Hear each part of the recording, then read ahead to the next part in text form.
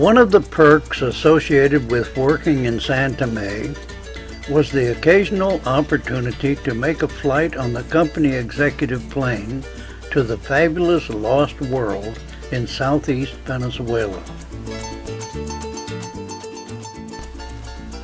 These flights usually started by flying southeast toward Ciudad Bolivar and a quick review of the Caroni River, the main drainage system for Angel Falls in southeast Venezuela. This is a dangerous river filled with many deadly rapids. Author Leonard Clark, who explored the jungles of eastern Ecuador and wrote the book The Rivers Ran East, lost his life when he tried to boat down the Caroni River.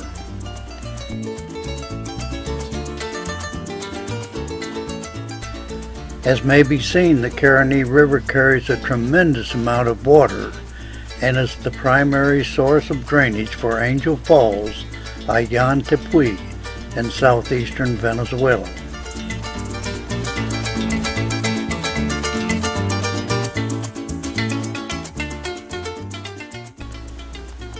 The picture window of the modified DC-3 gave our guests a chance to see that progress was underway constructing the Guri Dam.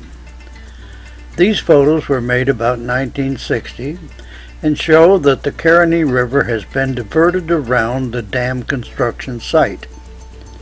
Men and equipment were hard at work building the Guri Dam. After the dam was completed and started to fill with water, a problem developed that required immediate attention. The rising water isolated hundreds of animals on islands scattered throughout the lake area. It was no easy task to rescue the frightened animals that included dangerous and powerful predators such as jaguars.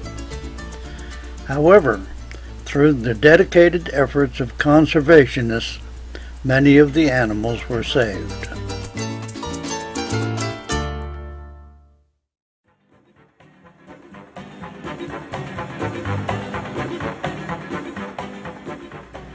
In 1968, the Venezuelan Guri Dam and hydroelectric power plant was inaugurated.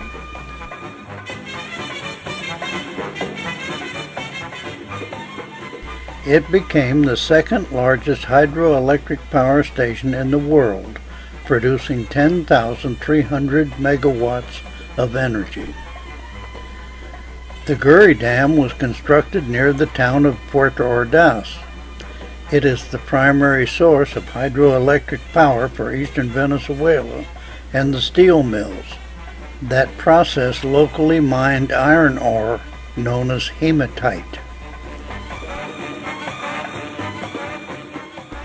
Currently, the largest hydroelectric power station is located in Brazil. The Itaipu hydroelectric power plant, built on the Paraná River in southern Brazil, supplies Brazil and Paraguay with 12,600 megawatts of energy. However, in the year 2009, the Three Gorges hydroelectric power plant is scheduled to go online in China, producing a phenomenal 18,200 megawatts of energy. This is a far cry from the 2,000 megawatt capacity of Hoover Dam and the 6,480 megawatt capacity of Grand Coulee, the largest hydroelectric power plants in the United States.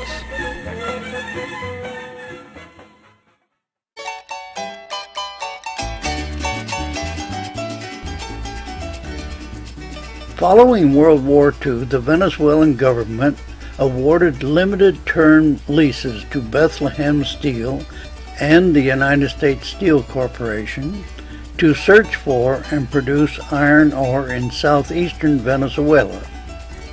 Geologists from Bethlehem Steel discovered this mountain rich in hematite.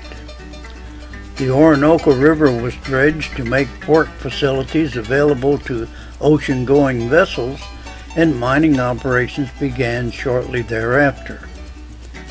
The ore was shipped by rail to Puerto Ordaz and then to the United States by boat for smelting.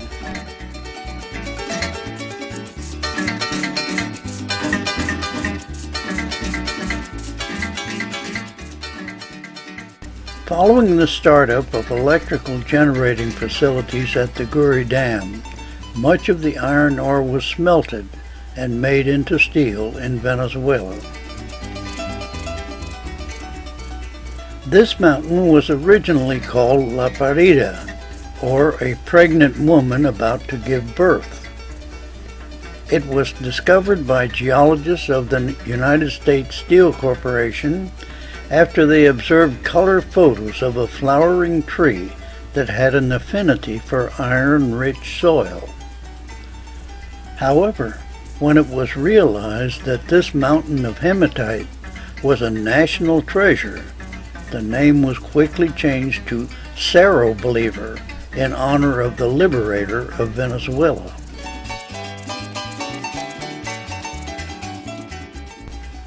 The terms of the lease were definite. Following a period of some 30 years during which the American companies would share in the profits of iron ore production, the entire mining operation would revert to the Venezuelan government to include all mining equipment, buildings, rail transportation facilities, and so forth. Venezuela is also richly endowed with bauxite. In the past 35 years, it has developed a production capacity of approximately 6,000 tons annually.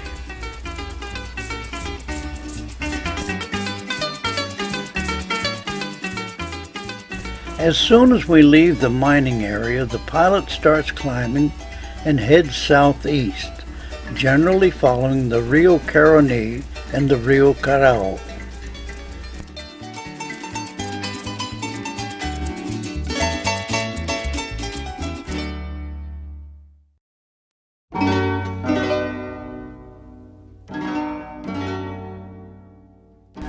"78 years ago, on August 25, 1927, a young pilot flew this same route while attempting a 4,000-mile flight from Brunswick, Georgia to Rio de Janeiro.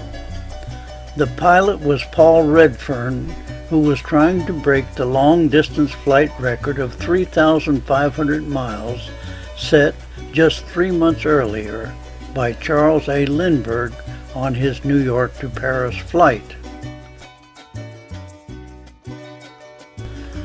The last known sighting of Paul Redfern's plane was by an American mining engineer named Lee Dennison when he flew over the plaza in Ciudad Bolívar.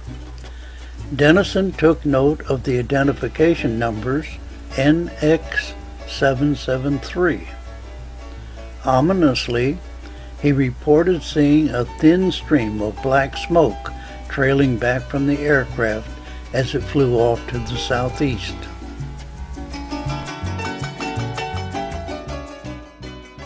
It should be recalled that maps of this region of South America were probably quite inaccurate in 1927.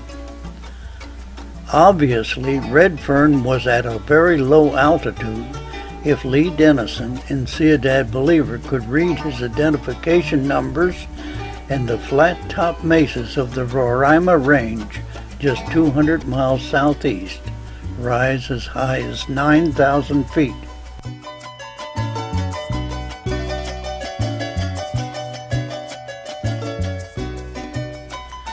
If conditions were cloudy, Redfern could have failed to spot the danger and slammed into the sheer side of a tepuy. He and his plane would then have fallen into the dense jungle below.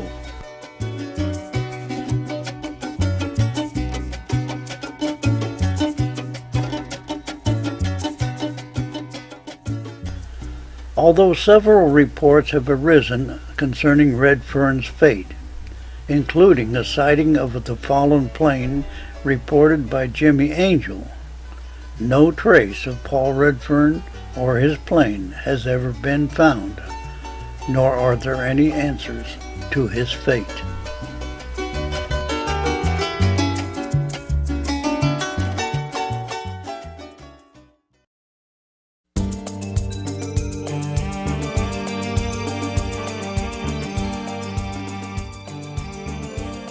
In 1933, a bush pilot named Jimmy Angel brought world attention to the tremendous waterfall in southeastern Venezuela that bears his name.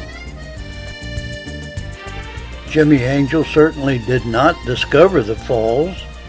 They were well known to the Mene Indians who live in the area and were certainly seen by the group of English botanists who climbed to the top of Howland in 1884. Their reports of weird carnivorous flowers and a frog that defied tradition by rolling instead of hopping inspired Sir Arthur Conan Doyle to write his classic novel, The Lost World. Nevertheless, the credit for discovery is generally awarded to Jimmy Angel, largely due to the stories he told. Jimmy Angel was perpetually broke and always looking for a backer. The classic story he told went like this. In 1933, I was in Panama with a 4-passenger plane on my hands. I was broke as usual and wondering just what I was going to do next. While I was sitting in the hotel lobby, an old fellow named McCracken came up to me and asked if I would fly him to Venezuela. He said he was a mining engineer and wanted to get to a certain mountain as soon as he could. When he offered me $5,000 to make the trip, I thought he was spoofing. But he showed me his bank book and agreed to put $5,000 in the bank for me before we started. I flew this old fella to a mountain 9,000 feet high in the grand savanna country of Venezuela. The Indians called it Howland. That mountain is a hell of a place to land a plane. There was a downdraft of 1,000 feet per minute, but I landed where the engineer told me to, by a little stream. In 3 days, we took off with 75 pounds of gold taken out of the gravel. We could have taken more, but I was afraid to put too much weight in the plane because I had a difficult takeoff. I had to run to the edge and nosedive into the canyon that was more than 5,000 feet deep. I made it all right and flew straight to Panama, where the gold was deposited in the bank and I received my $5,000. McCracken, the old mining engineer, wanted to make a trip home to St. Louis and then return to the mountain for more gold. He asked me to wait in Panama for him. He was going to take me in as his partner, and it sure sounded good to me. But the old man took sick and died. I have been trying to get back to that mountain ever since, but no one will believe what I tell them. There are several versions of this story, but they all have one common thread. They labeled Jimmy Angel as a first-class con man.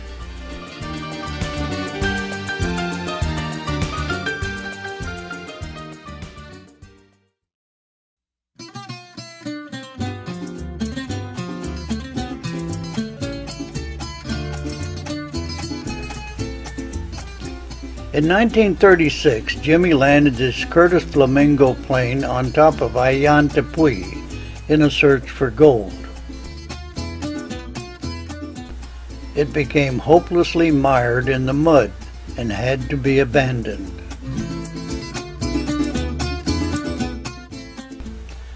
33 years later, it was removed by helicopter and now rests outside the airport at Ciudad Bolivar.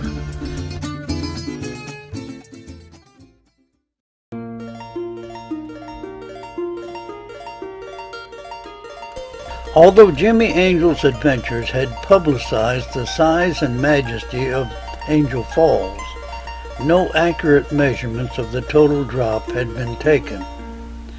In April 1949, a photographer named Ruth Robertson put together an expedition to determine the actual height of Angel Falls.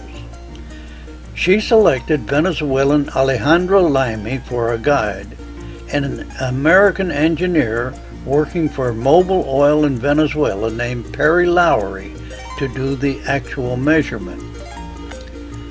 Alejandro Laime led them to the base of the falls, and then the ball was in Perry Lowry's court. His most difficult task was to establish a baseline from which he could observe the falls from top to bottom.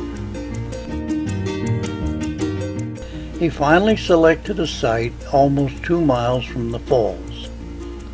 Using a transit, he was able to measure the angle of the total drop from the right and left extremities of the baseline.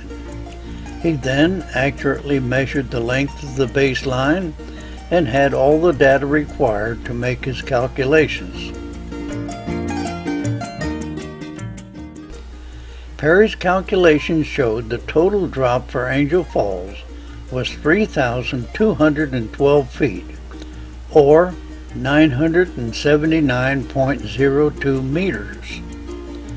Despite the introduction of modern measuring systems, Perry Lowry's calculations made in 1949 have never been challenged. The story of this expedition was published in the National Geographic magazine in November 1949. Perry and his wife Shirley had a lifetime fascination with the Grand Sabana region of Venezuela, and especially Angel Falls. Sadly, they are now both deceased. In a fitting tribute, their son John and daughter Carolyn scattered their ashes from a plane over Angel Falls, the one region of the world they had both grown to love.